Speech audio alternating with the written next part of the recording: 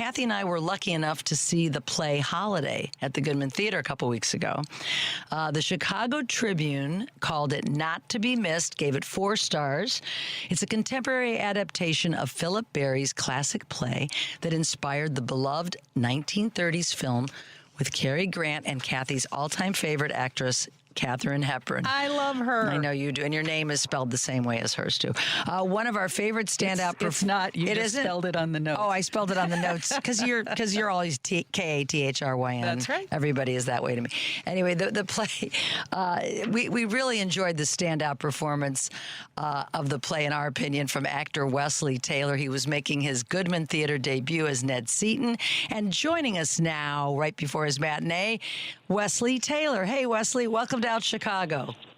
Hi, thanks for having me. Well, thanks for coming on with us. We appreciate it. You know, you've got a great resume, everything from Broadway hits like SpongeBob SquarePants and Rock of Ages to TV's Only Murders in the Building and the soon-to-be-released movie, The Devil Wears Prada 2.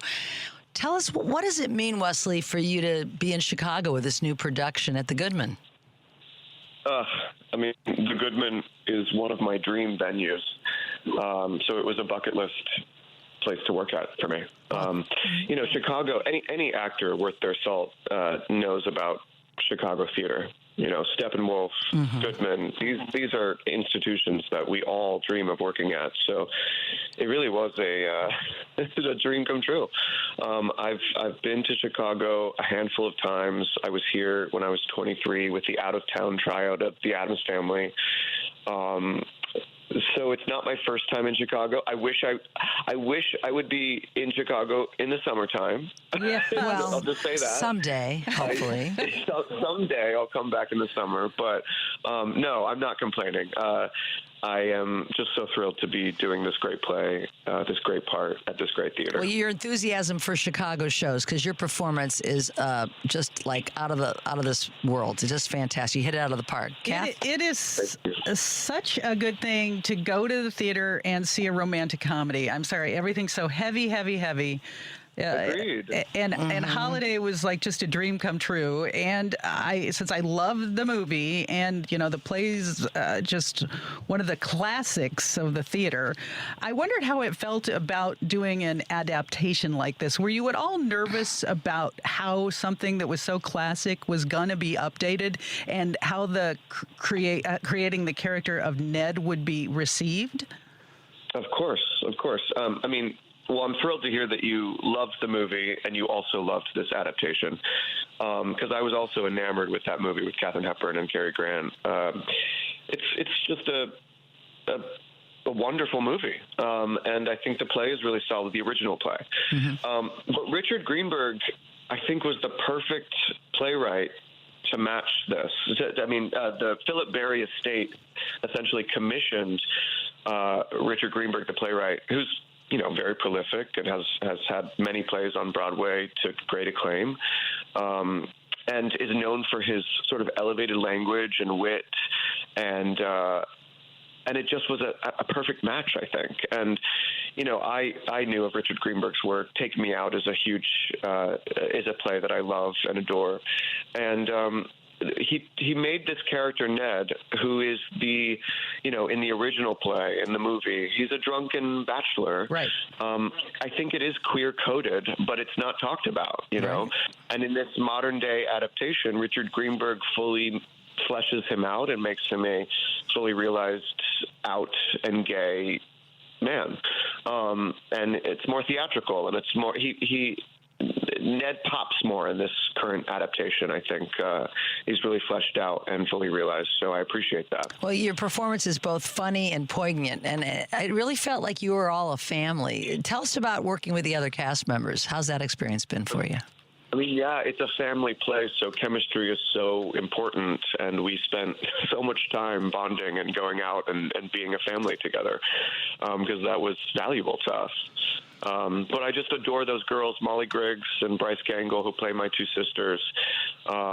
We're all staying across the street at the Marquee. They put us out-of-towners across the street, which has been nice in the weather. Yeah. To only be across the street. But no, I adore them, and I think they're brilliant. And it's been really, I don't know, rewarding to work with them. It really shows. Now, you said you've been hanging out together. What have you had a chance to explore Chicago, and I know you don't have many nights off, maybe one night off, but what have you discovered that you're particularly, into, or yeah?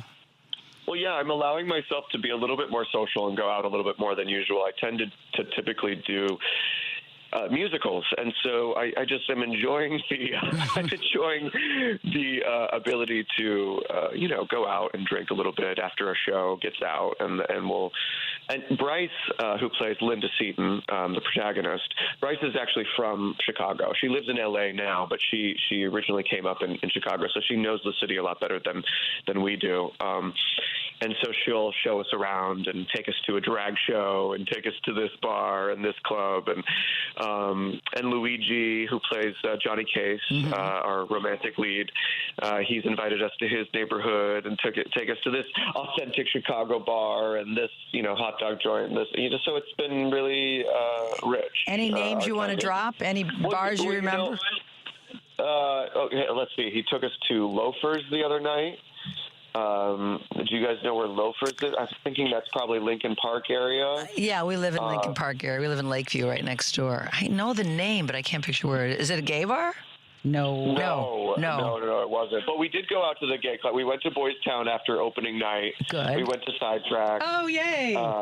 Yeah, because it was open on a Monday night, of course, Musical Mondays. Yes. Did you sing? And the last time, did you sing along? I didn't. I did not sing, but this was like the first time I'd been back to Sidetrack since I was 23, and I went with Nathan Lane. Oh my gosh! I wish I would have been there that night. Yeah, exactly. And they threw on the producers on the TVs, and it was fun. Good, you're getting out. Fun. You're hitting some of our favorites. Ellen and I just loved your character Cliff in Only Murders in the Building. Every time you were on screen, I mean, oh my God, we laughed. We just seeing you and your mother. You and your mother. Oh my God, you stole the. I mean, it's hard to steal that. It show, is with all the comedy going. Tell us about that experience. I mean, it was just. I had to pinch myself all the time on that set. You know, when I auditioned for it, I didn't realize that I was going to be in the same season as Meryl Streep. Yeah, holy moly! So it was, that was so overwhelming, and I got to say, there's no one better. Meryl is just like, there's no excuse for anyone to act anything less than gracious and wonderful, because she is. She's just the easiest person to be around. She's a dream to work with, and it's just, they say don't meet your heroes, but I mean, she did not disappoint. Everybody that meets, that meets her loves her. All right, so I have to ask you some gossip. Are her and Martin an item? or a hint? I mean, are they just really friendly, or are they more than friends? Listen, I can't, all I know is when it first started happening, I thought it was just for fun. I thought it was play. I thought they were just like kind of teasing the press, But then I think I realized it was real. And it was this real thing that was happening. Now, I don't have confirmation. I'm not going to be like breaking this tea on air right now.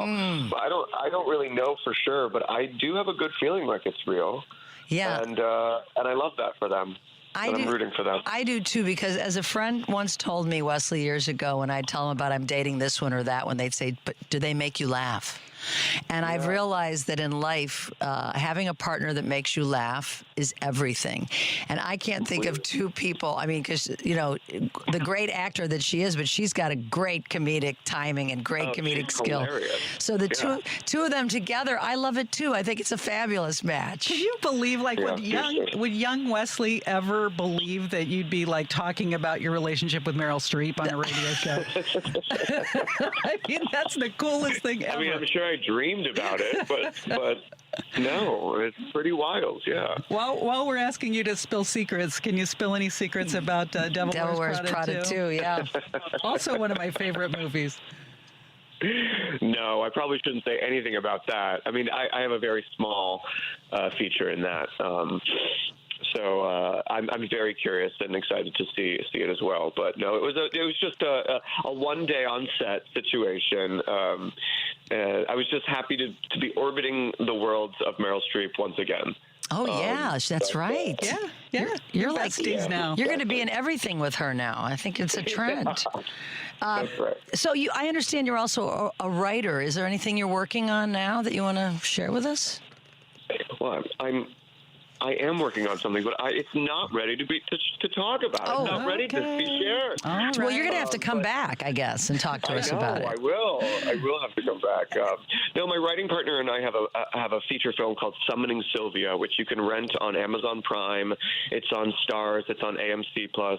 But it is a very queer comedy. It's a spooky comedy. It's classified as horror, but it's really not a horror movie. It's a spooky comedy, if you will, and it's real short. It's 80 minutes, but it's a cast of queer men having a gay bachelor party in a haunted house, and it's very funny, and so that's what I'll direct people to.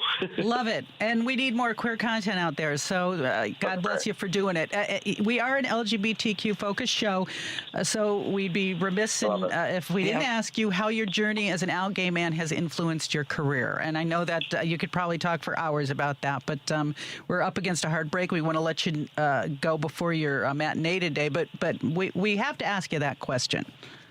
Of course.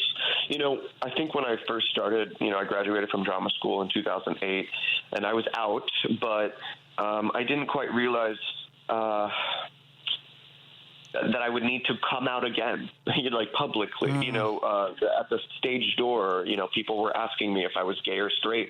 My first show, Rock of Ages, off Broadway, and I was like, oh, right, I need to, I guess, make this a public thing again. And, at first I was all selfishly concerned about my career and about being pigeonholed or typecast or not getting to play a range of humans because people have limited imaginations, even in the theater and TV and film. But then I quite quickly realized my responsibility as an artist.